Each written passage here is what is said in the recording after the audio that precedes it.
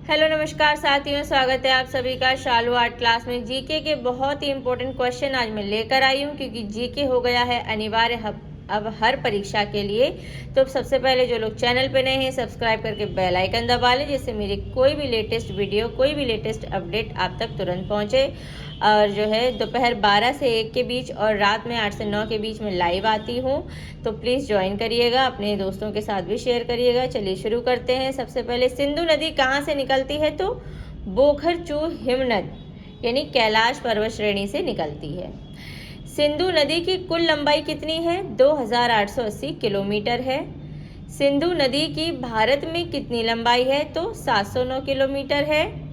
झेलम, चेनाब, रावी, ब्यास तथा सतलज किस नदी की सहायक नदियां हैं? तो सिंधु नदी की सहायक नदियां हैं। सिंधु नदी को तिब्बत में किस नाम से जाना जाता है? सिंगी, खम्बन या लायंस माउथ के नाम से जाना जाता है। सिंधु नदी द्वारा निर्मित सबसे गहरे महाखंड का क्या नाम है? तो गिलगित, जिसकी लंबाई 5200 मीटर है। झेलम नदी के उद्गम स्थल का नाम क्या है? तो बेरीनाग है। कश्मीर की सबसे महत्वपूर्ण नदी कौन सी है? तो झेलम है। चेनाब नदी को हिमाचल प्रदेश में किस नाम से जाना जाता है? तो चेनाब नदी को हिमाचल प्रदेश में चंद्रभागा नाम से जाना जाता है। रावी नदी कहाँ से निकलती है? तो रोहतांग दर्रे के पास से निकलती है रावी नदी। रावी नदी को किन अन्य नामों से जाना जाता है? तो पुरुषणी या इरावती के नाम से जाना जाता है। व्यास नदी कहाँ से निकलती है? तो व्यास कुंड से निकलती है। व्यास नदी को किन अन्य नामों से जाना जाता है? तो बिपाशा या अर्गिकिया के नाम से जाना जाता है व्यास नदी को। सतलज नदी कहाँ से निकलती है? तो राकास ताल झील से निकलती है। सतलज नदी की भारत में कुल लंबाई कितनी है? तो 1050 किलोमीटर। घाघरा नदी कहाँ से निकलती है? तो शिवालिक के पाद मालवा पंख से। घाघरा नदी को किस अन्य नाम से जाना जाता है? पौराणिक सरस्वती के नाम से जाना जाता है। गंगा नदी का उद्गम स्थल कहाँ है? तो गोमुख हिमनद है। किन दो नदियों के संगम या देव प्रयाग के बाद यह गंगा नदी कहलाती है? तो भागीरथी और अलकनंदा के संगम से। भारत का सबसे बड़ा नदी बेसिन का नाम क्या है? तो गंगा नदी बेसिन। गंगा नदी की लंबाई कितनी है? तो 2501 किलोमीटर। भारत की बृहत्तम नदी का नाम क्या है? गंगा नदी। गंगा नदी को बांग्लादेश में किस नाम से जाना जाता है? तो पद्मा नाम से जाना जाता है।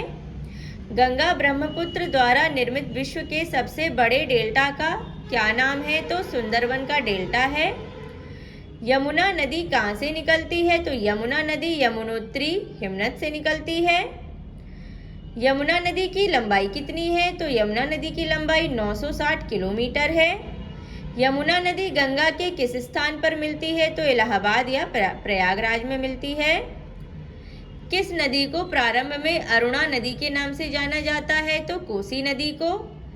सबसे अधिक पथ परिवर्तन करने वाली नदी कौन सी है? तो कोसी नदी है। बंगाल का शोक किस नदी को कहते हैं? तो दामोदर को कहते। अमरावली पर्वत श्रृंखला किस नदी प्रणाली से द्विविभाजित होती है? तो चंबल और साबरमती से। अगला प्रश्न है, किस नदी को बिहार का शोक कहा जाता है? तो कोसी नदी को।